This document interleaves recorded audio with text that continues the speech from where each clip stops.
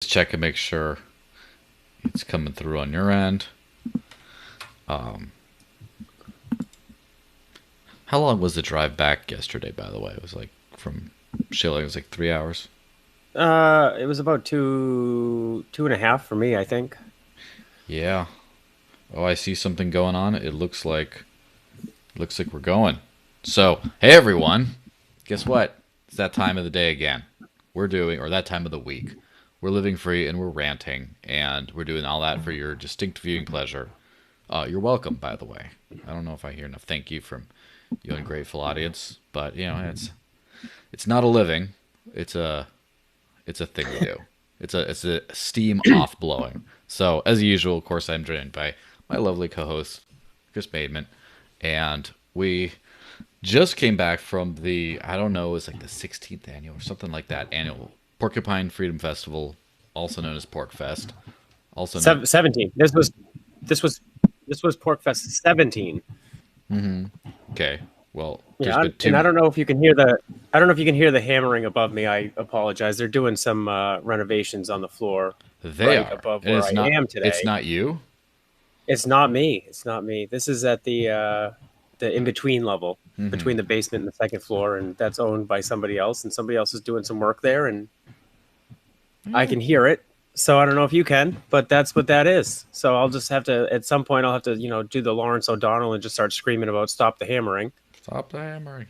Get off my lawn, which, conveniently enough, is the subject of this whole thing. So we went up to the Porcupine Freedom Festival, which is in its 17th annual iteration, and basically, for those uninitiated, it's just Libertarian Camp Fest.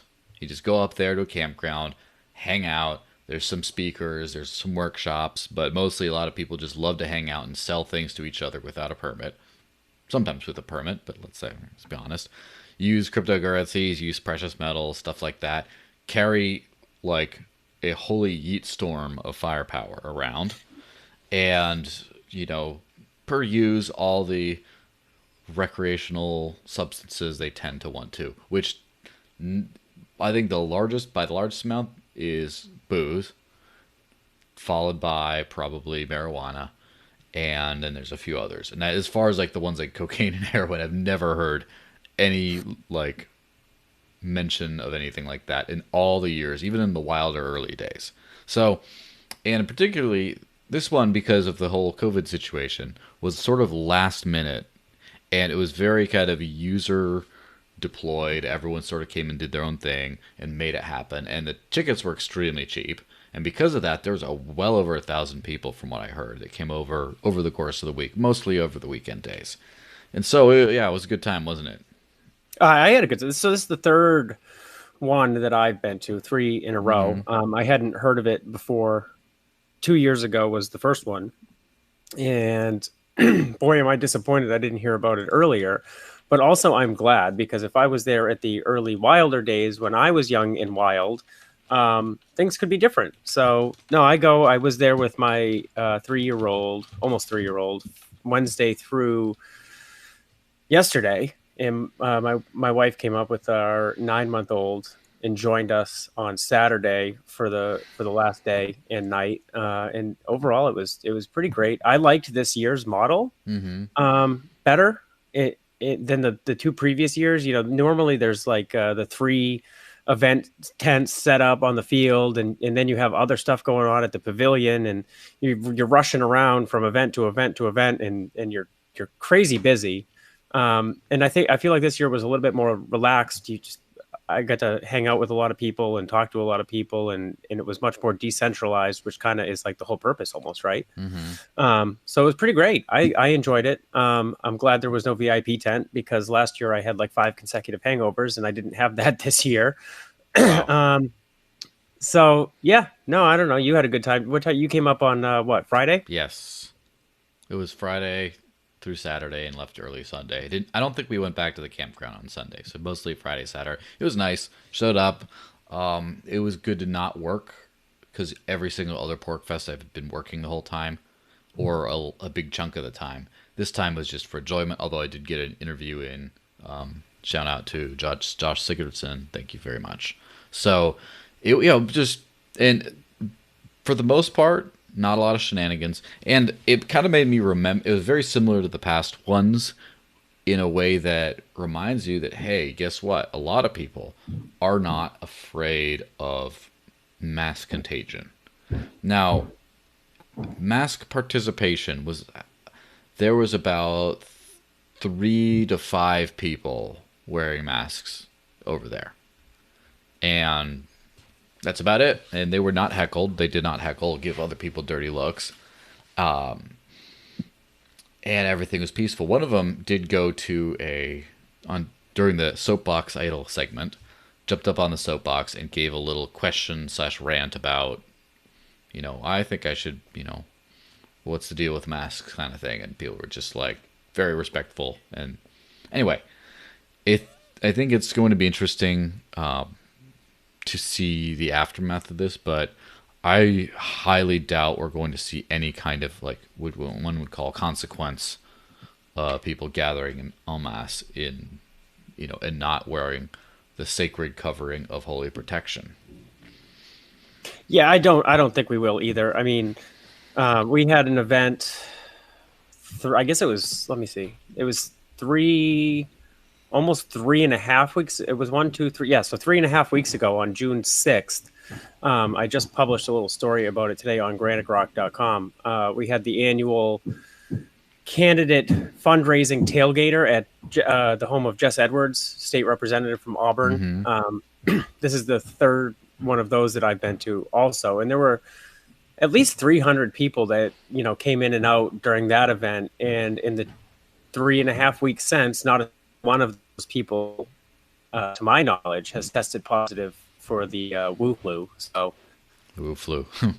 Yeah, it's been pretty crazy to see, especially because down where we're at, or specifically where I'm at here in this coastal area of New Hampshire, is where there's a larger concentration of actual cases. There's been a few people, mostly in homes, but then again, not exclusively, who've had some kind of a thing. People here tend to be very relaxed. And of course, I've covered in previous videos, whether it was on this thing or not, that the mask is like the MAGA hat of the left. It's a highly political type symbol. People are always posting in their profile pictures, taking selfies with it. They're just very like mask, like showing it off. It's a very show off thing, which is not a commentary on its effectiveness or lack thereof. Either way, it just tends to be that way. And Dover, where I'm at, is in the whole area, let's be honest, around here is pretty left leaning. Yet people are pretty chill. Like I go to a little farm stand down there. The owners and employees don't always wear.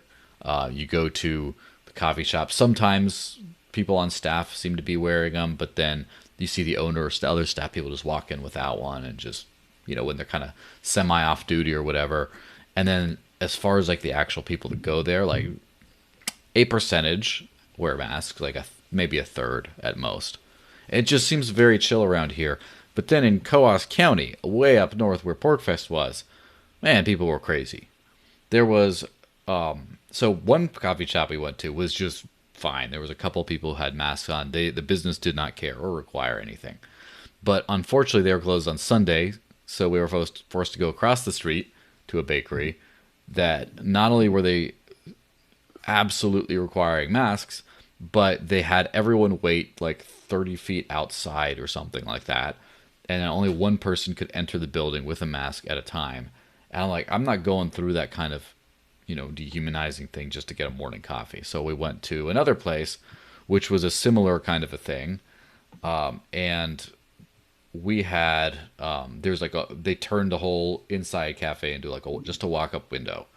And so I'm like, all right, that's fine. Except it would not talk to you if you didn't have a mask on when you went to the walk-up window. So one is like right before my turn to go. I just went, boom, put one on, and then still annoying that it's like extremely like sensitive in a county that, as far as I know, only had how many COVID cases were in Coos County? Last I checked, it was like one. One active or one total? I think it was one active. So let me. I can try to pull it up. Let me see. If I recall correctly, well, I mean, if it's below 5, They won't show you, and everything's town by town now. So for all of Coos County, there is between 1 and 4 cases up in Pittsburgh, which is the entire landmass on the Canadian border. It's one of I think it's one of the I think it's the geographically largest town in New Hampshire, and they have between 1 and 4 total, and that's it for Coos County, as far as I can tell. Let me see if I can pull it up a different way. Yeah, so basically, it's one of the least Which will affected make it more clear. regions in the entire state, yet has some of the more hyperactive people, which doesn't make sense. But I will do the defense, the Karen defense or whatever, in defense of Karen in this case. It is people live here in Dover. Like, no one lives up north. I mean, there's a few, but there's a few people that live up north. But most of the people that are frequenting these businesses are out of towners, in a lot of cases, out of staters or out of countryers, seeing how close it is to Canada. And so they're kind of more paranoid about random people just like coming on through, bringing whatever nonsense diseases they have with them. And so it makes a little bit more sense why they'd be more wary than just like, I walk a block or two to get coffee, and then it's like, oh yeah, I live there, and like, you know who I am, you know who everyone is. Yeah, you're fine. Rather than just like, I don't know what some. And to be honest, to a certain extent, if some like random car full of like weird looking New Yorkers pulled up and just came out, went to the coffee shop I'm in, I would get a slight bit tense. Not for any rational reason necessarily, but just like, I don't know, like in this time when there's a lot of apocalyptic stuff going on down there, and there's people, they're coming all the way up here, I'd be like, oh, I understand the feeling. I probably wouldn't do anything about it like the businesses up north have, but still, I kind of more understand.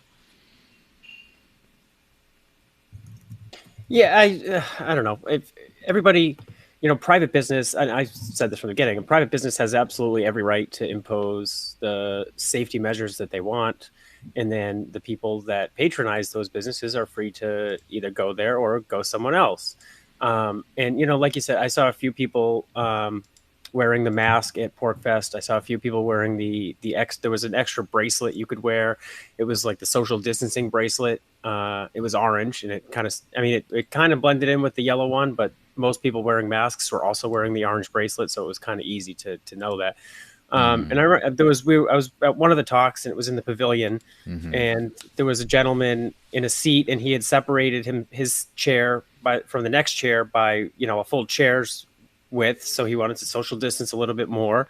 And I knew somebody sitting right next to him, and to get to my friend who I saw, and I was like, "Oh, hey, I'm glad you're here." Blah blah blah. I had to walk by the guy wearing the mask, so I just said to him, "I said, do you mind if I walk by you real quick?" And he said, "Yeah, no problem. Thank you for asking." And we went about our business. I said hi real quick, and I got out of there and respected his social distancing, because that's like the true nature of liberty, right? Is I have the right to be me, and you have the right to be you, and we just respect each other's wishes, right? Like, if you want to social distance, I'm not going to impose myself into your space and violate your space like that. People get crazy about this stuff, which is funny. Yeah, on both sides. I'm more than willing to be fair to both sides. Had a lot of people hurl insults at me if I just try to talk about the issue, about the politicization of the issue, or if people just say, do you wear what? If not, you're an asshole, kind of stuff. I've been attacked on that side exclusively, but I have seen people on the other side who don't want to wear a mask, and they feel entitled to do that in other people's property against their direct wishes.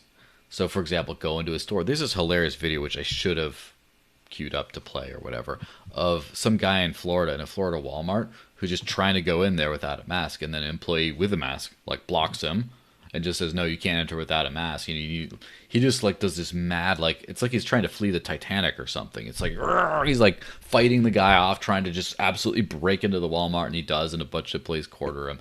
It's just like, dude, go someplace that doesn't require a mask if you care so much about this. or just wear one and think it's stupid on your way in. It's not like you're gonna die. But you know what's really funny about that video? After a few viewings, someone else pointed out to me that there was a couple of Walmart employees in the back who didn't have masks on. So it's like, what the hell then? Like, why? It's just an entirely ridiculous situation. Right. So I mean, it's like I was talking about. Like Walmart is private property, Mm-hmm. and they have every right. It's the right of association or freedom of association cuts both ways, right? So and this goes back to like the baker and the cake, right? And in my opinion, the baker should not have to bake a cake for a wedding that he doesn't support. And that, I mean, it shouldn't have anything to do with gay or not gay or whatever.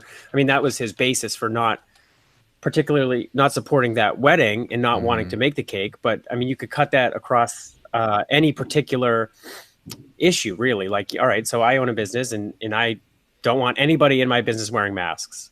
Mm-hmm. Okay, well, don't come in here wearing a mask. Like it's my business.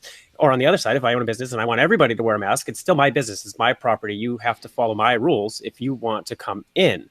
And now, of course, you get like the ADA and HIPAA, and it's like, okay, well, ADA says I can't deny you service because of a disability. So if you have this disability and you can't wear a mask, and I read there was a law review article about it, basically summing up the ADA issues with the masks. And if you are denied service because of it, then it's like that. So you like if for example, I didn't want you in my business not wearing a mask. Mm-hmm. Well, I can say I'll serve you on the sidewalk, or I'll bring it to your car, Mm-hmm. or you can buy online and you can get it delivered and all of that. So that's like so ADA is not a real thing. You can't like sue somebody for making you wear a mask. Just go somewhere else. Just respect their business. There's a comment in our chat on it says Walmart is a publicly traded company. Well, a publicly traded company is still a private business. Publicly Mm-hmm. traded just means there's a ton of owners, right? Anybody that owns stock is a shareholder in the ownership of Walmart, and they have a right so under the articles of incorporation, whoever owns stock gets to vote on the board of directors, and the board of directors choose the CEO, and the CEO controls the private business. It's still a Yes. private business. Publicly traded does not mean it's a public business. It means there's a ton of private owners of that business, and they elect the board of directors. And if they disagree with the board of directors and what they're doing, then they can vote them out at the next shareholder meeting, or they can pressure the board of directors to fire the CEO. And if you get Mm-hmm. enough backlash, then the board of directors is just going to fire the CEO on their own anyways. Mm-hmm. So the point being is just respect private property. And if somebody puts up a sign and says you have to wear a mask to enter, then either go somewhere else or wear the mask. Yeah. Like you said, And that's part of liberty. That's part of private property ownership. That's part of freedom, is respecting the freedom and the liberties of other people and other private property owners to do what they wish, whether or not you disagree with it. yeah, and that's where the difference comes in, where you have a lot of people who are, would say, hey, well, aren't you just saying we shouldn't have to wear around, we shouldn't have to, all this stuff? Well, it's like, okay, if a government decides on a rule and just says now no one can do this or everyone has to do that, they're deciding for us and our own lives and our own property and things like that, which is not cool. It's not theirs. They don't get to decide that, in my view. Now, a lot of people do view everyone as property of the government, and everything is property of the government, which I think is a really terrifying prospect. We don't believe that around here, but and to a certain extent, my whole, well, what one could call rebelliousness, my whole just like, I don't want to do that, around here is significantly different when I travel to different countries with different sets of laws and stuff like that. I tend to be much less anarcho-libertarian there because, first off, it's not good to get into a foreign prison. That's not good. But also because you voluntarily chose to go into an area with different rules and beliefs and stuff like that, and if you decide to not go by those, that is kind of like, well, you don't have to travel outside your own home anyway. But also you don't know if the local populace is in favor of those things or not. So it's not like for example, here I am the local populace here. If I don't like what the government's trying to tell me to do, then I have every right to go rabble rabble against that stuff. But like if I go to another country and just assume, yeah, they don't like what if they're all in favor of that? What if they actually agree regardless of a government law existing or not? What if they actually agree? So that is that kind of like little hair split. But basically it's get off my lawn. And it depends on like what's your lawn. Now, public versus private determines what is your lawn. And of course that brings us to our first story of the day, which is have you kept up on the whole St. Louis armed standoff thing? I've seen memes of it. I haven't So you're completely immersed up to myself date then. in That's the, good. the Yeah. story. All you need is Okay, the yeah, memes. yeah, yeah. All you Well, need that's is how the everybody memes. gets news, right? You just need to just read the memes. As long as they're not put out by the left. But It's have probably, you not heard that the left can't meme?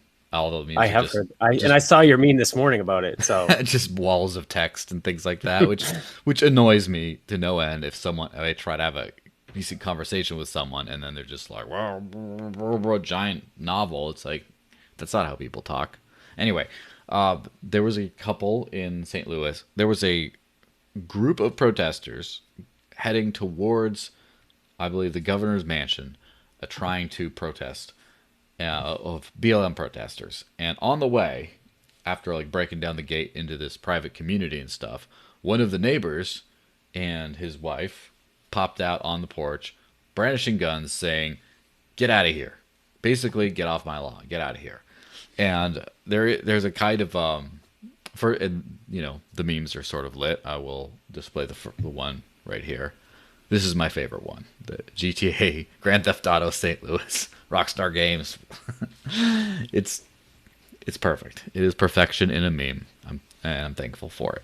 But basically, the backlash against these individuals, other than poor trigger discipline, and obviously the lady doesn't know how to use a gun and could endanger people by doing so, which is just not cool. The criticism is there's peaceful protesters exercising their right to peacefully protest, and they're just going on their way, and you are literally pointing a machine of death and destruction at them for their peaceful protest. And you could harm them. You could kill them even. And this is not cool at all. That's threatening violence against peaceful people. That's what a lot of libertarians hate about the government. And here they are doing this.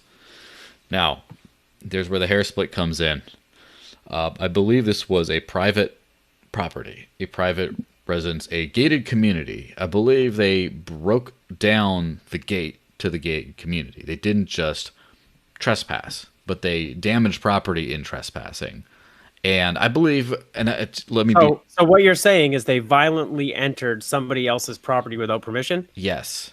Okay. And then the people were defending their property with, with threat of deadly force, and it seems to have worked. It seems like their place was not ransacked. I don't know if it was going to be. Who knows?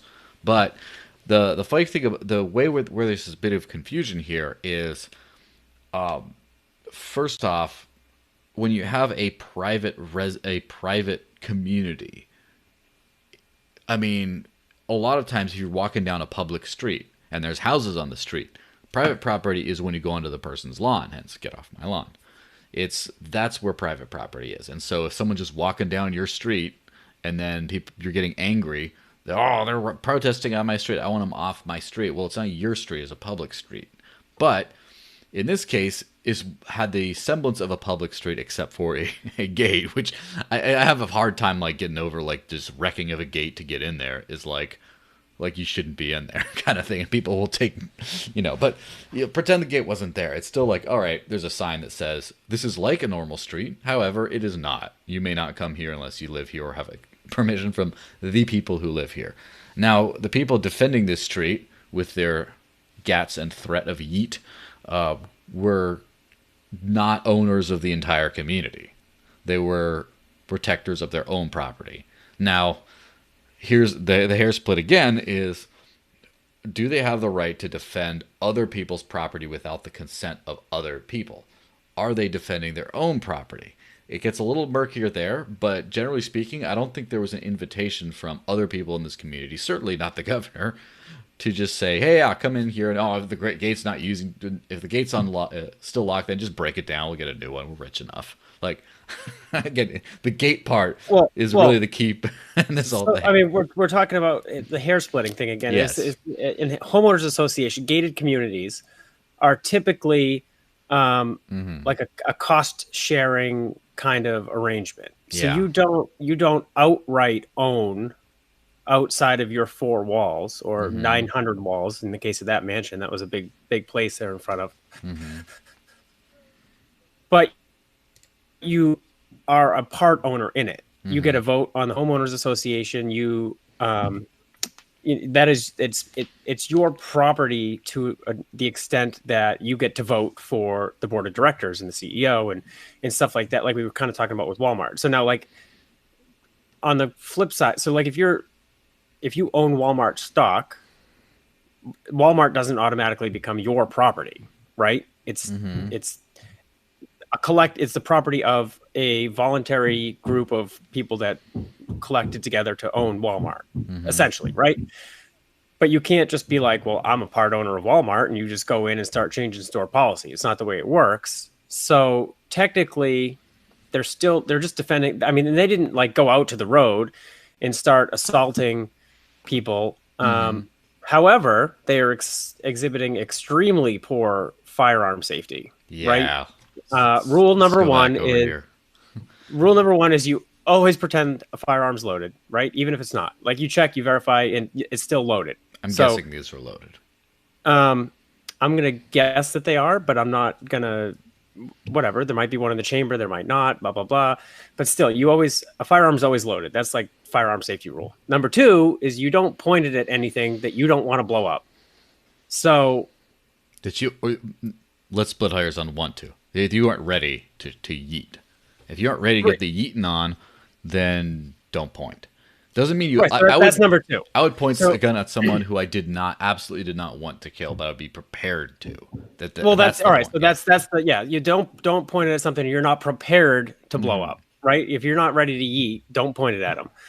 And number 3 is you keep your booger hook off the bang switch until you are ready to yeet. You hear that, Karen, or whoever? So get your finger off of the trigger, lady. So this was like a kind of weird situation because I think that she has every right to be on her front lawn with a firearm to protect her home, her property, and her life from. They call themselves peaceful protesters, but if you rip down a gate violently and enter a place that you don't have permission to be, you are no longer. You weren't there. You don't know if they did it peacefully. They might have just like carefully they carefully unscrewed the gate and took it down. You know. No, if you rip down a gate and you weren't invited to be there, then you're trespassing. You're violently trespassing. You're breaking and entering. They have every lawful right to defend their property, and they have every moral right to defend their property, which is more important than lawful, right? Because I would think so. Not everyone thinks that, but I do. Right. So in New Hampshire, what they're doing is completely legal. They're pointing it at people, completely legal. Brandishing firearms, completely legal because they feel that they can defend their property that way, right? They feel that there is an active threat against them, and they're protecting themselves against that. Completely legal. I don't know how the law is in Missouri, but it doesn't matter. It's moral. They have a moral right to be doing what they're doing, but it's still stupid. Don't point the gun. Don't point guns at people. If you want to stand on your front lawn and have the AR-15 strapped to your chest, or even get in the full kit and be a boog boy or whatever, that's fine too. But like the way she's like waving around, it looks like a Walther PPK kind of thing, a James Bond kind of gun. She probably has a martini in the other hand for all we know. Well, good for her. Yeah. But so my point is just don't point your guns at people. Generally speaking, don't ever point guns at people unless you're ready to use it. Yes. Yeah. So there is another edge to this, which is another side to this, which is the governor is living here in this private gated community, and by doing so is to a certain extent endangering the people living there, because this person, here we go. Oh, listen, hear me out. I don't think that the governor should be evicted. However, if you're the governor making a bunch of, nonsense laws or whatever, you're commanding police departments or whatever, you're doing stuff that is causing a public outcry like that.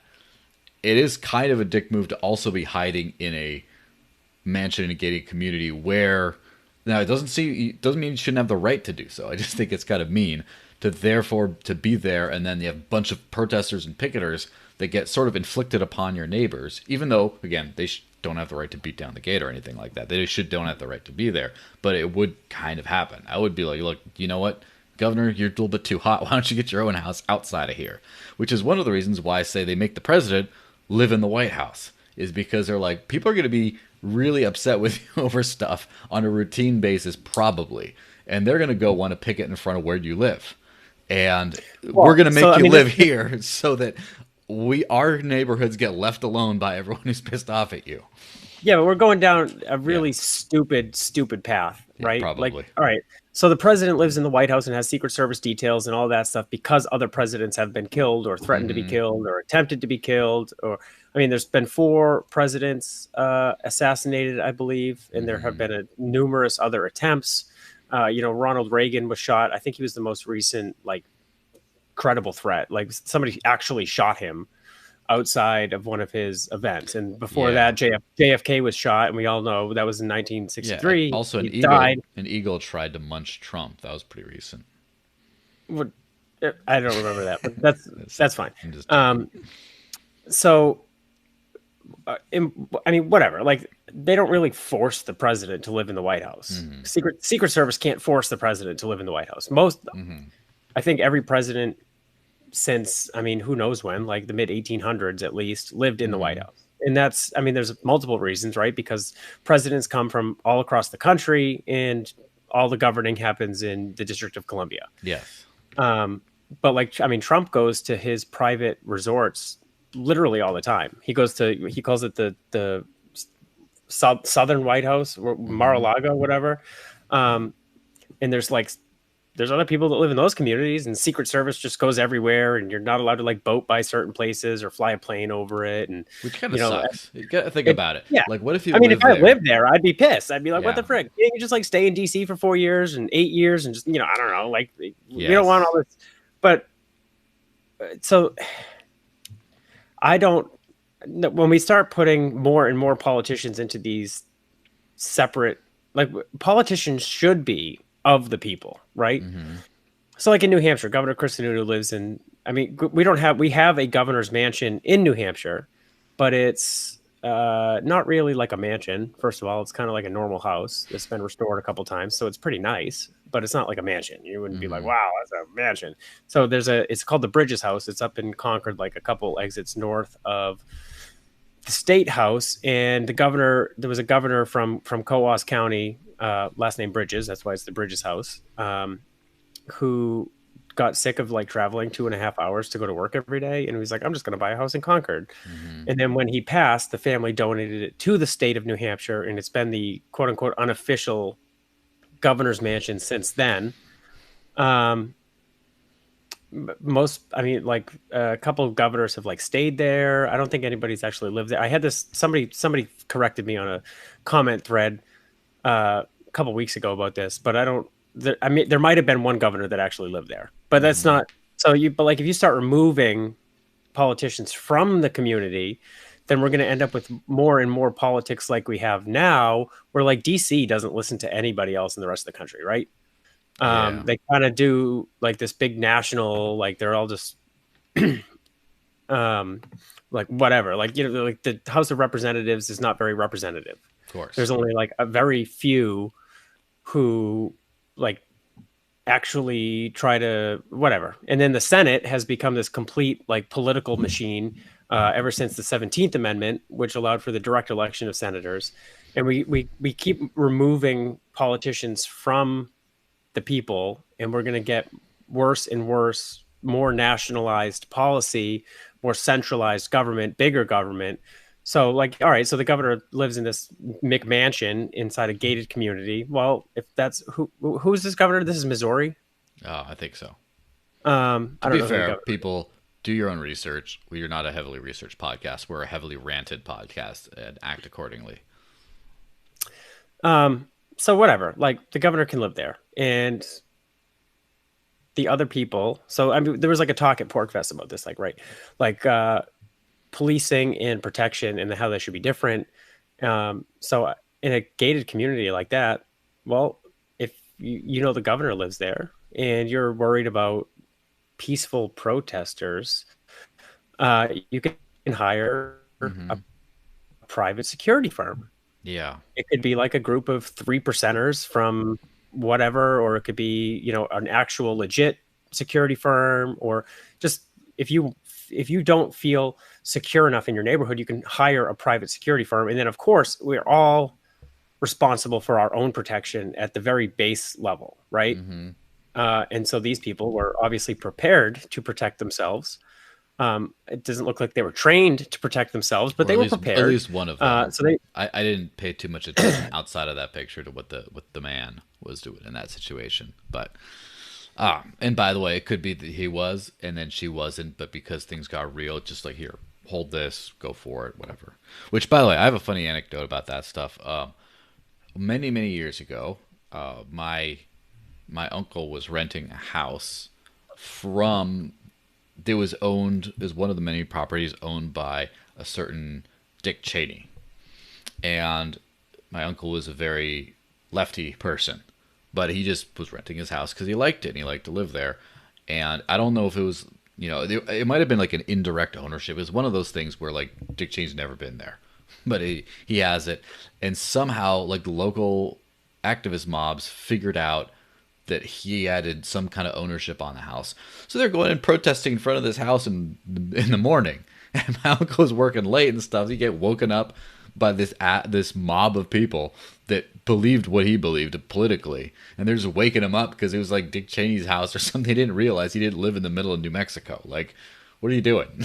And he get all, oh, here they come down the road again to like protest this like random piece of real estate and annoy sadden the poor person who lives there. So yeah, there's always a lot of externalities. The point in going to someone's house to protest is they can't avoid you. It's not like the office where, they'll work from home for a while, or the other poor people there have to deal with it, or just like the security detail. It's like you're making us personally suffer in some way, allegedly. So we're going to make you personally inconvenienced and deal with this as a person face to face. That's kind of the point of doing that. But please make sure, bless you, please make sure it's not, first off, it's just actually the person's house that they live there. And second, just make sure you know that the neighbors might be annoyed too. They might be like, get away, we live here too.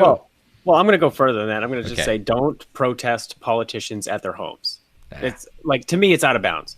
Their families live there. Their kids live there. Their animals live there. Like, there are other people besides the person that is elected that lives there. And there are better ways to do that. And like, if we just start protesting outside politicians' homes, the whole social system is going to devolve very quickly, right?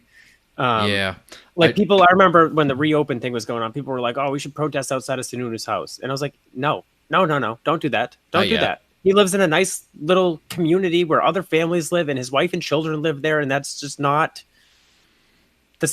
like acceptable behavior for a civilized society, right? Like, if you don't like him, vote against him, or vote for somebody else, or write him a letter, or go to the state house, or call him." Well, I mean, like, everybody in the state has his cell phone number. I'm sure I'm not going to give it to you, but like, if like, there's and that's other a very ways. New Hampshire situation, by the way, which is what I love about this place. It's not common that most governors would just comment on your stuff on Facebook, which, by the way, if you tag him in this live feed that's going to your Facebook right now, he'll probably like it and answer and stuff, which is crazy because it's New Hampshire. But now the little slight point of disagreement is, generally speaking, I agree. However, at some point, I do believe in that when there is no ability to, or there's no perceived ability to exact the change you want, that sometimes you have to be a little bit more a little bit more direct. Now, as far as like, I don't like this guy, I can vote him out, and there's enough people who don't like him and can vote him out. That's different because that's pretty easy. If it would be something, you know, like where this person is directly involved in the harming and killing people through some sort of executive order or something, and sometimes it isn't in a time frame where you can just wait for him to be voted out and hope things will be better. And, well, that's and like it's egregious enough. That's the right? exception, right? Like, Yes. so if he had the National Guard going around, like rounding up, we'll use World War II. Mm-hmm. If he has like the National Guard going around rounding up like Japanese people, Mm-hmm. okay, That's now pretty crazy. I mean, we're talking about a different story, right? Like, because he's actually aggressing force against his own people and violating like not only his oath of office, but like the government exists to protect the rights of the individual citizen, and that's a direct contravention of that, Yeah. right? So like, in some cases, which, you know, if he was actively harming like other citizens of this state, like actively harming, not like Yeah, and that's another one of those harming, things. not like, all right, well he signed this bill that allows transgender people to use the bathroom. Like, that's not an active threat. Yeah, Again, and like, that's you what can I'm remove saying. yourself This from the thing bathroom. has to be used like judiciously. Like it obviously it's it's a second to last resort. The absolute last resort is, you know, armed revolution, of course. At the very end of everything, if your survival and freedom depends on it and there's no other way, that's where you get to. But before then, you might as well yell at him at his house. Now, but there's other steps before that too, right? So like, it's be way clear, down I'm the not list. saying I'm still not saying go Mm-hmm. protest outside of politicians' houses. I still think that's pretty shitty behavior. Yes, and it's Go to the state house, go to public places, write the letters, go to the legislature. Like, all of these people that are upset about a lot of things. Mm-hmm. Like, I hardly ever actually do anything about it. Yes, But like, if you like skip from like step 0 to step 100, which is protesting at the governor's house, then you're just a crappy individual. Write a letter to your representative, call your representative, write a letter to the governor, call the governor, write a letter. And that's like step 2, possibly. Step 1 is complaining about it on Twitter and tag them in it, maybe. No, don't do that.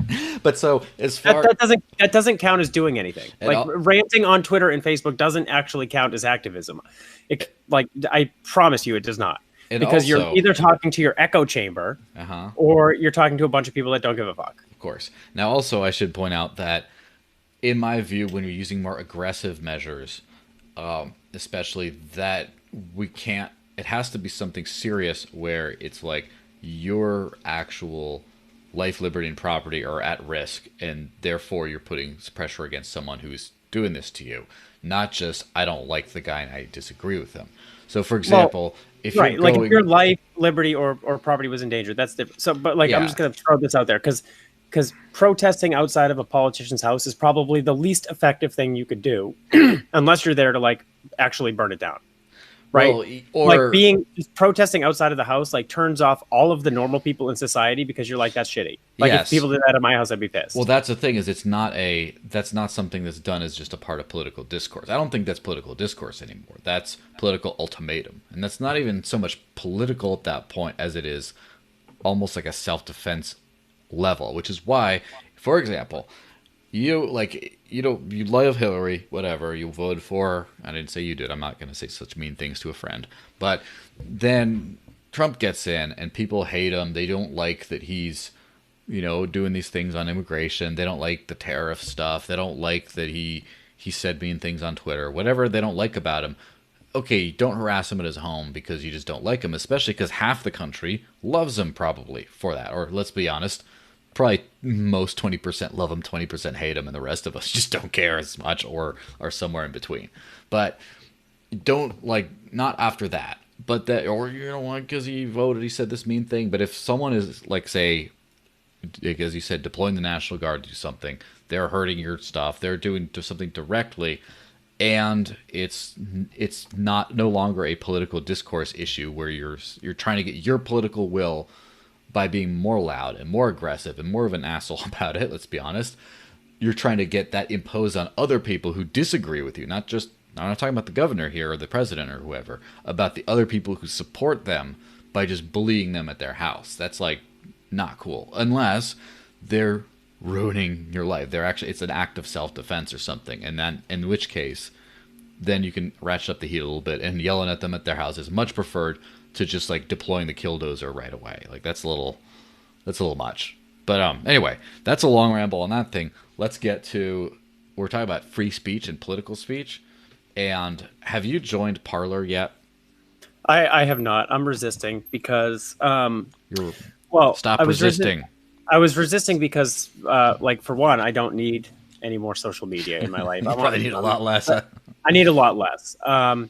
So joining another one would probably like make my wife divorce me. To be honest. Yeah. So like I've quit like Instagram and Snapchat. I use very very rarely.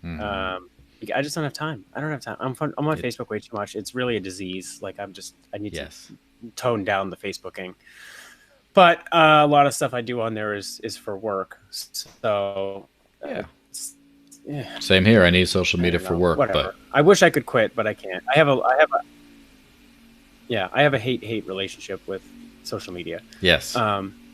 But I'm there anyway. So no, I have not joined Parler, even though like people keep asking me to. Oh, you should get on Parler. And I'm like, it sounds like Twitter with extra steps. So yeah. not yet.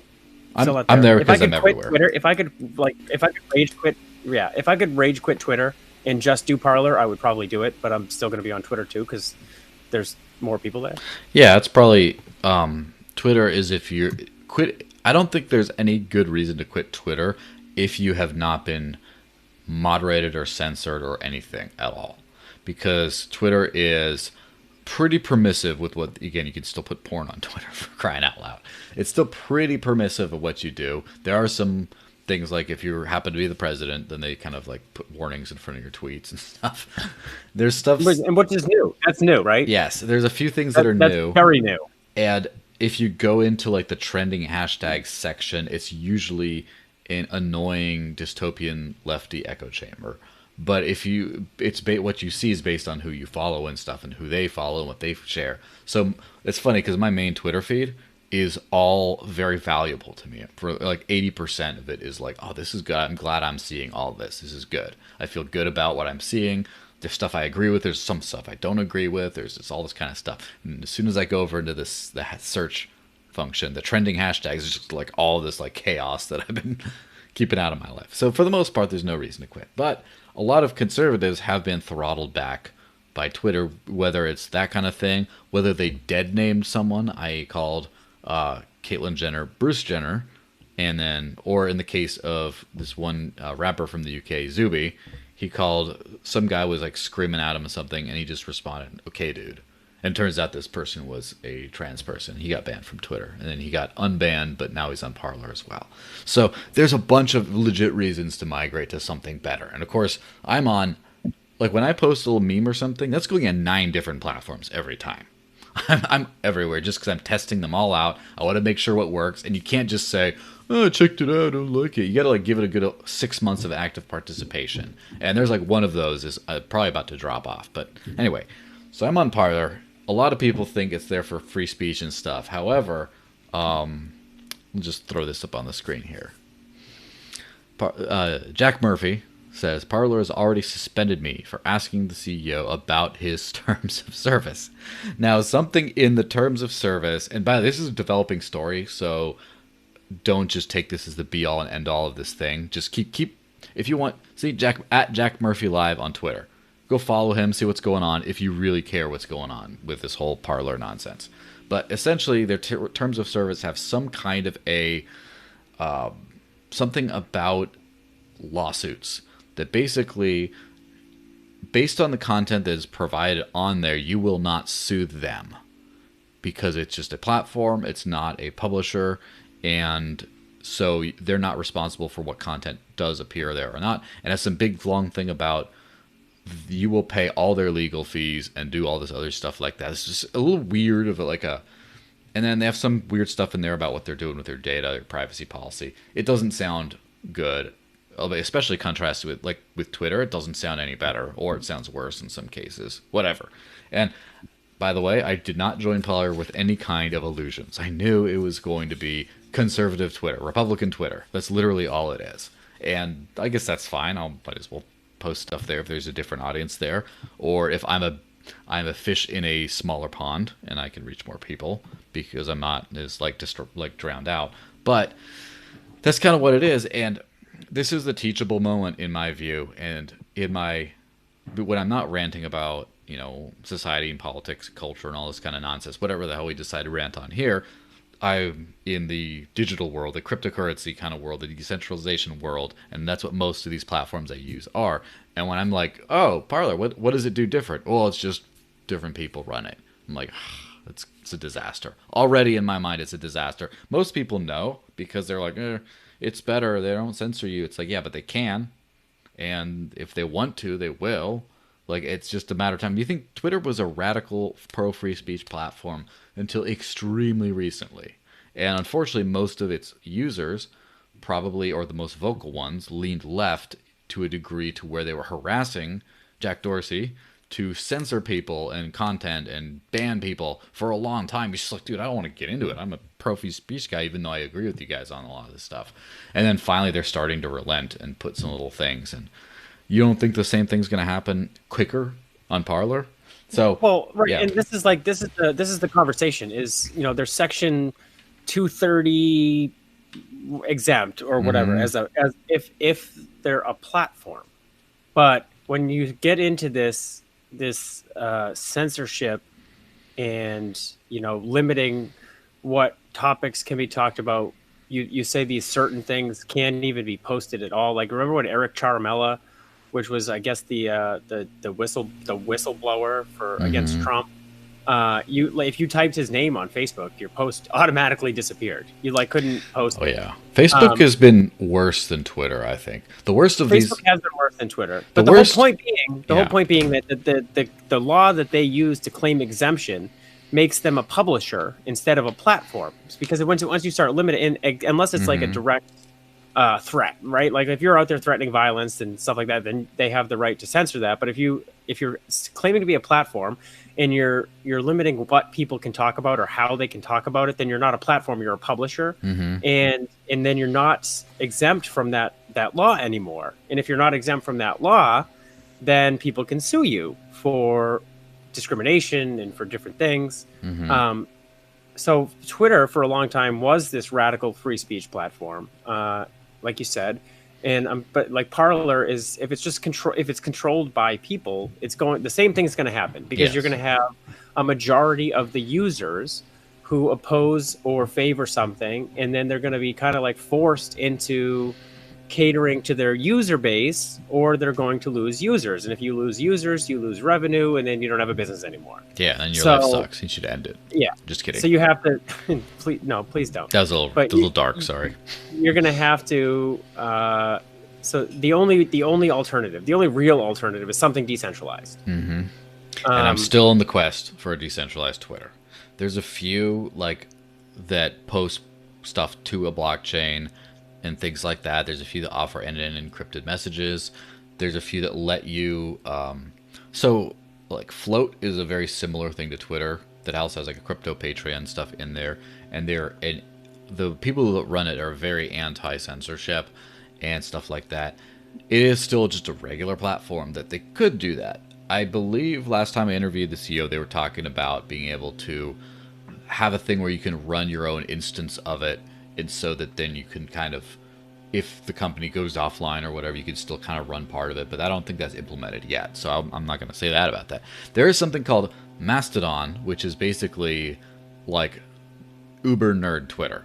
And basically, instead of Twitter running a whole server, running everything, different people run their own little specific instances that then, it's like a federated system where it's like a micro Twitter, but you can also talk to people across the pond on other micro Twitters and stuff. But it's a little bit of a difficult thing to deal with. It's a little bit difficult system. So yeah, there's no good Twitter right now, no good alternative. Soon, hopefully. Yeah, soon, hopefully.